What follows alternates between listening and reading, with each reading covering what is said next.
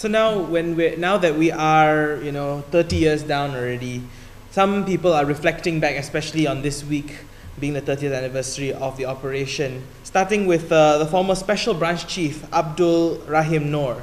He said that if Operation Lalang did not take place, there would be bloodshed. There would have been bloodshed, and he was absolutely sure that Operation Lalang was absolutely necessary and it had to happen. What do you all say to that? Bullshit, I think. That's what it is. I mean, basically. Yeah, big BS, huh? Yeah, this is all a political drama, and the police played their part. Basically to save, I think, save UMNO, save Mahathir, keep him in power. That was it. If there was any bloodshed, you can be sure that it would have been initiated by thugs within the ruling party. Certainly not us, all of us who are detained. Well, it's absolutely necessary from his point of view, right? Mm-hmm. I mean, from his point of view, it's absolutely necessary. Otherwise, I don't know, history might have taken a different course. Tunku Razale, team B might have won, so on and so forth. So it's, I think they were using us as pawns. They just strategized and thought that was what would save their skins. But in the process, I think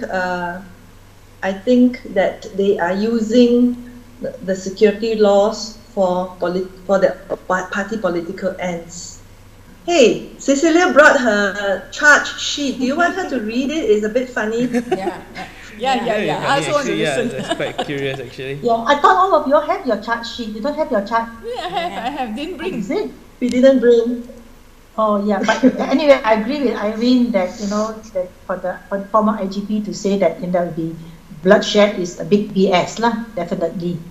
Okay, so reason for detention order that you Ng Chun Sin, alias Cecilia since August 1981 until arrested on 14th November 1987, had actively involved yourself in activities promoting the influence and ideology of communism among certain groups in Malaysia.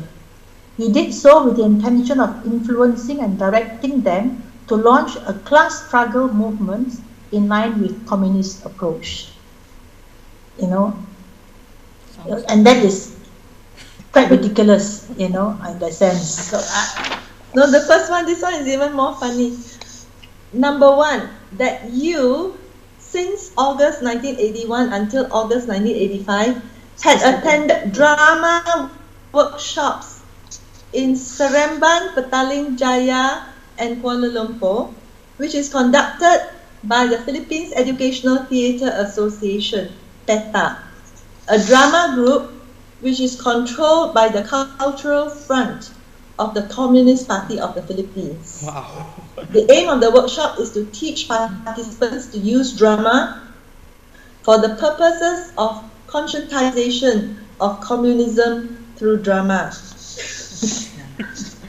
and then I think they wanted to link it to communism. The DAP or MCA guy who came out in Malaysia Inside, I think they also linked him to communism. Yeah, so that was the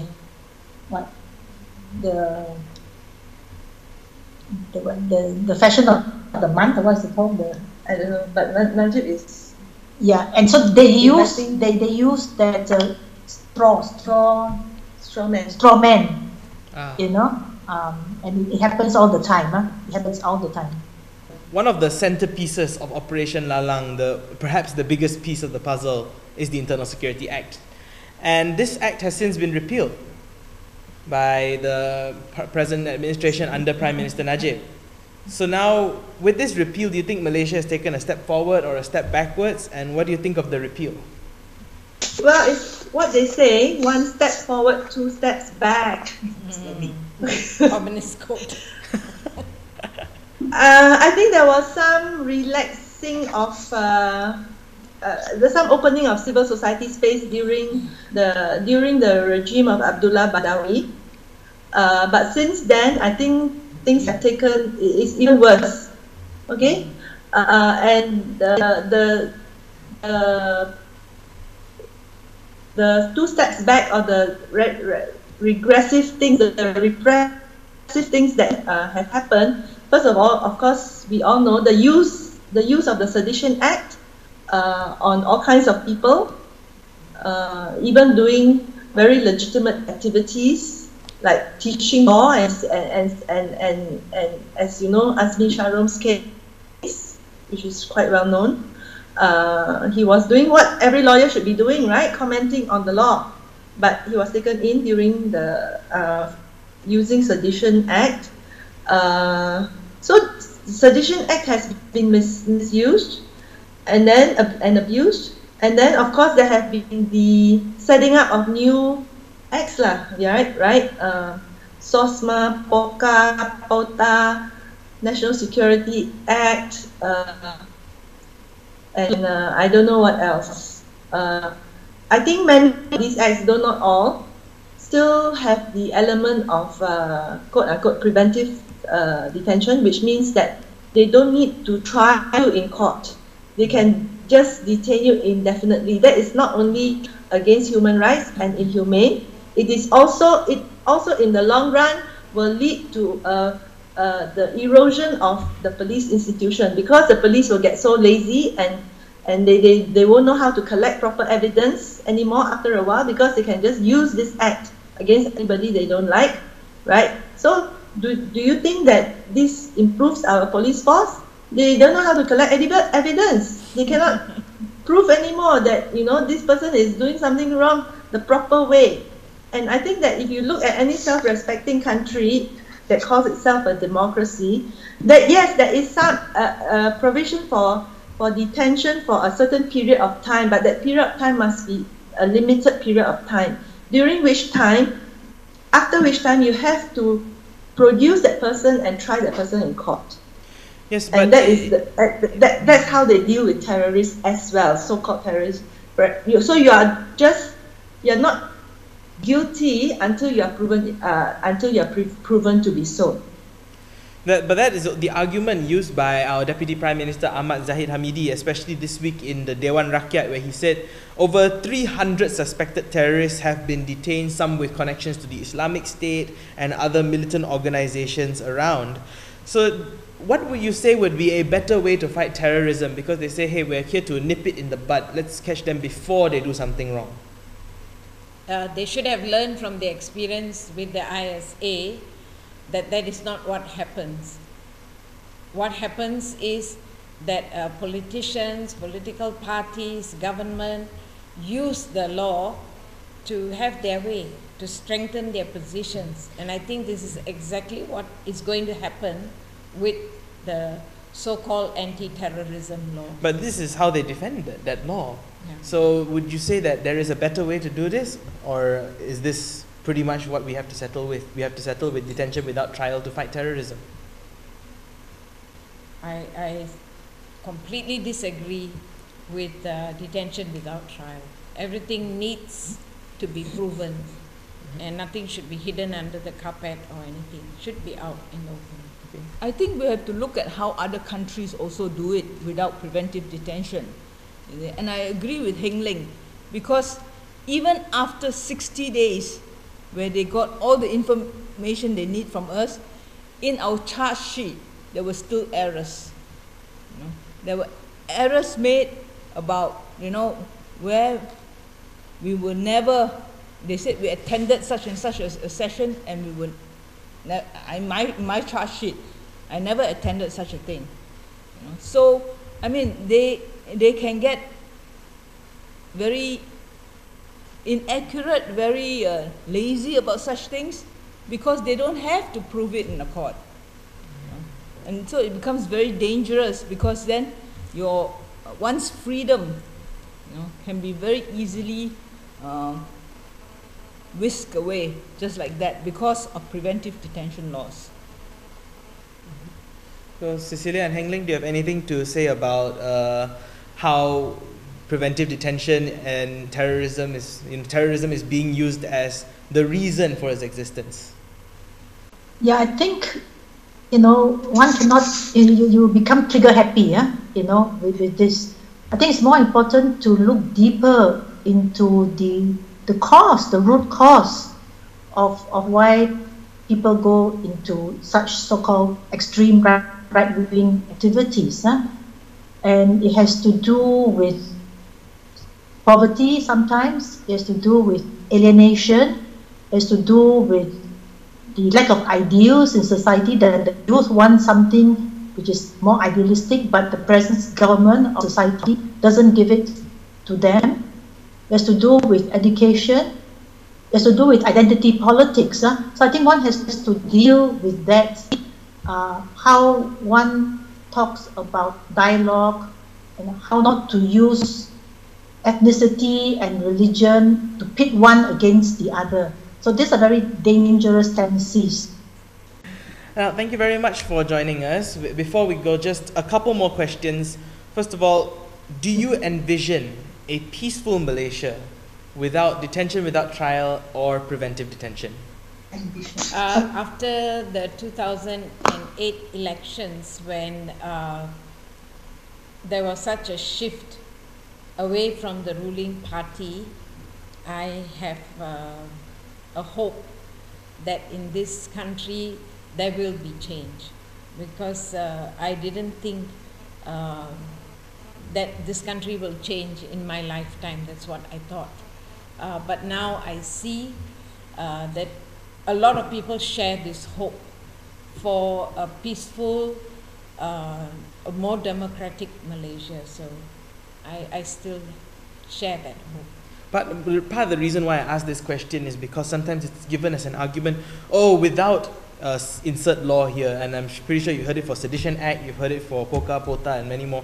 Without so-and-so, there would be chaos, there would be disorder in Malaysia. But do you envision a peaceful Malaysia without any of these? Of course, I mean, definitely we can have a peaceful Malaysia. We do not need these laws. What we need is more of nation building that is in which we all identify as Malaysians, and not as according to our religion or according to our ethnic background. It is very important that we build our nation based on the concept that we are all Malaysians and that this land is for all of us. Sure, we can have a peaceful Malaysia. Mm-hmm. So Cecilia and Heng Ling, what about you two? I think that the basic contradiction in Malaysian society now is inequality, is economic and social inequality. And I think that Malaysia will be peaceful when we try to close these inequalities. Yes, there are racial inequalities. We have to face these racial inequalities, and there are also class inequalities and social inequalities, gender inequalities. And all our activities have to try to close these inequalities. We have to also strengthen our democratic political institutions. They are being weakened. And I say this is very important because, yes, I think that at the moment, the opposition does present us with some hope. Before 2008, the opposition was so weak, right? After 2008, we have some hope in the political opposition, in electoral position, and having some challenges to the hegemonic power of a one-party state. However, we must not let down our guard. I don't think that just because they are in the opposition, they are angels. So whether it is a PKR-led Selangor or is a DAP-led Penang, we have to play our role and make sure that these Pakatan Harapan governments also don't erode our democratic political institutions. We have to hold them to power. It's not a carte blanche. That just because they are in the opposition that we give them a carte blanche. So both, whoever is in power, we still have to play our role as civil society organizations. We still have to guard the democratic political institutions of the country. And I think that people who are in power, in a way, power corrupts. So we have to be very vigilant in doing that. Yeah, I think I cannot agree more with Heng Leng. The importance of distributive justice, you know, that your wealth, economy, your facilities, your social justice, you know, has to be there. But together with compassion, I think we need to have the human element there, that we care for people and we don't use people for our own interests. And quickly, one other question I also forgot to go through earlier was Dr. Mahathir Mohamad this week said in an interview with the Malaysian Insight that, oh, the detainees of Operation Lalang were not as bad as I made them out to be, or in some cases say the word demonize them. So what would you say to that? I mean, it's really comical, I think, that he says this after 30 years, when he was so instrumental in bringing this country to the state that it is in. So for me, it is really comical. I can't take that seriously. And he also says, you know, the police decided who they will detain, and so he absolved himself. I think that's not the way the state works. He's Prime Minister. He needs to take responsibility for decisions of all parts of government. So he can't just park it off on the police. So I think, you know, to be kind to him, I'll just say that he's really comical. Okay. How can he say that he is not responsible when he was the one who signed our detention orders that sent us the packing to Kamunting? He did that in the capacity as a Home Minister, I believe, right? Yes, yes. And what about you, Cecilia Heng Leng? How was your reaction to? I'm sure that you've read it already. How did you feel? I have no comment. Very good, very good. Mahathir Mohamad has to take responsibility for a lot of things. I think Operation Lalang is probably one of his lesser evils. You have to think of the constitutional crisis. Yep. Okay, the two essential legislations that were the amendments to the constitution that were passed in 1988 that took away the federal powers from the judiciary. It is the reason why our judiciary is not independent. Okay. Since then, and I think that I don't know who is responsible, but whoever it is, since then we have erosion of independence of the press, which is also another important independent institution that we need to be very independent. Okay, so the judiciary, the press, what else? MACC, for example, and even within UMNO, he was responsible for the change the structure of UMNO so that the power is concentrated right at the very top. It is ironical that he now is working, trying to undo all that he has done, but perhaps that is karma. And would you find it in your heart to say forgive him, or would you demand still after 30 years an apology from Dr. Mahathir for the events of Operation Lalang? There is nothing to forgive, Daniel. I don't think that I need to forgive him. As I say, Operation Lalang is one of the lesser of what he had done. And I do believe him when he said that, you know, he followed the advice of the IGP. Probably it's true, you know. But there are many other things that is wrong with this country now that happened during his time. And it is for this he has to seek forgiveness of all Malaysians, not just us. I think lah, in my opinion. I'm actually quite indifferent to him. Yeah, things happen at that particular historical conjuncture, and now is to correct those structural wrongs, and to move in terms of reforms, in terms of widening the democratic space, of reforming our institutions, in just, making Malaysia a good place to live in. And this is a beautiful country, yeah?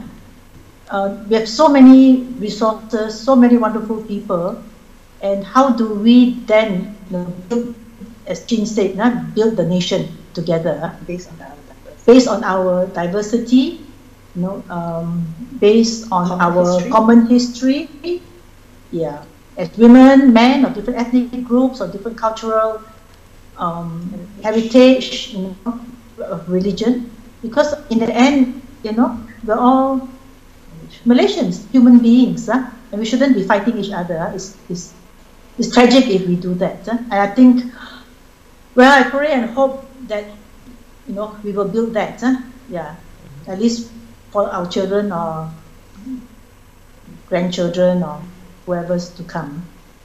I think that's not the issue here. I think the issue is that, moving forward, how are we going to undo or set right, the things that have gone wrong? I think, like Heng Ling said, the constitutional crisis is one of the biggest, issues that we have to live with today, especially when it comes to the judiciary. Anything that goes to the court, we know the courts do not have the independence to be able to give a proper judgment, a balanced judgment, a good judgment. And that is really a problem for Malaysians, to go to the courts to seek, for justice. So the apology is not an issue at all. Yeah, because an apology is not going to change the situation. It needs more than an apology to change that situation. And Mahathir can start by taking responsibility for setting in the rot in this country. I think he should start there. Okay. And so for the coming elections, some of our demands should be the structural changes that we need, to move forward in a really democratic fashion. What is your wish for Malaysia? And if you have any, what is your message for the next generation of Malaysia's leaders? Since you're going to mention. My message to the next generation of Malaysia is to come forward, be sincere, come and be active and work in the public institutions and set up our democratic institutions together.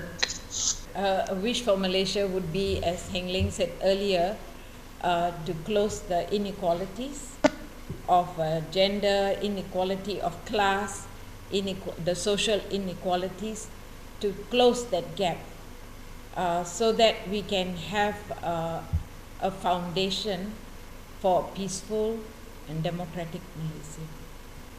I think the young people, have a very important role to play in the building of the Malaysia that we have talked about. There needs to be a lot more participation, a lot more involvement of young people in shaping Malaysia, according not to what they think they want, but according to what are the principles of democracy, principles of justice that the nation needs. Well, I think if I think back to our younger days, we were so idealistic, we trusted each other, we worked well together as a team, we were nationalists, I never wanted to leave this country, always wanted to stay here and build this country. So I think I think there are many young people who want that, who want to build and contribute, you know, and not to feel alienated. I think that's not to feel despair for this country. I think that's important, and there are many young people in our midst who want that. So the question is to motivate and to inspire and come together. And I think it's for the young people to choose what they want. It's not for us to tell them, you know, what they want and what they want to do, because times have changed. We were a different generation, so it's for the generation to decide for themselves. Yeah, just for people to be happy. That's all. Just be happy. Once again, the four female detainees who were given extended sentences during Operation Lalang 30 years ago in 1987. Tomorrow on KiniTV, on this Friday, 27th of October, we will be airing Operation Lalang, a documentary made in 1987 to be aired for the very first time, where you will see these same four ladies speaking as well on their experiences, with a much fresher memory right after the incident as well. So please tune in for that. With that, thank you very much for joining us this afternoon. Yeah, Thank you.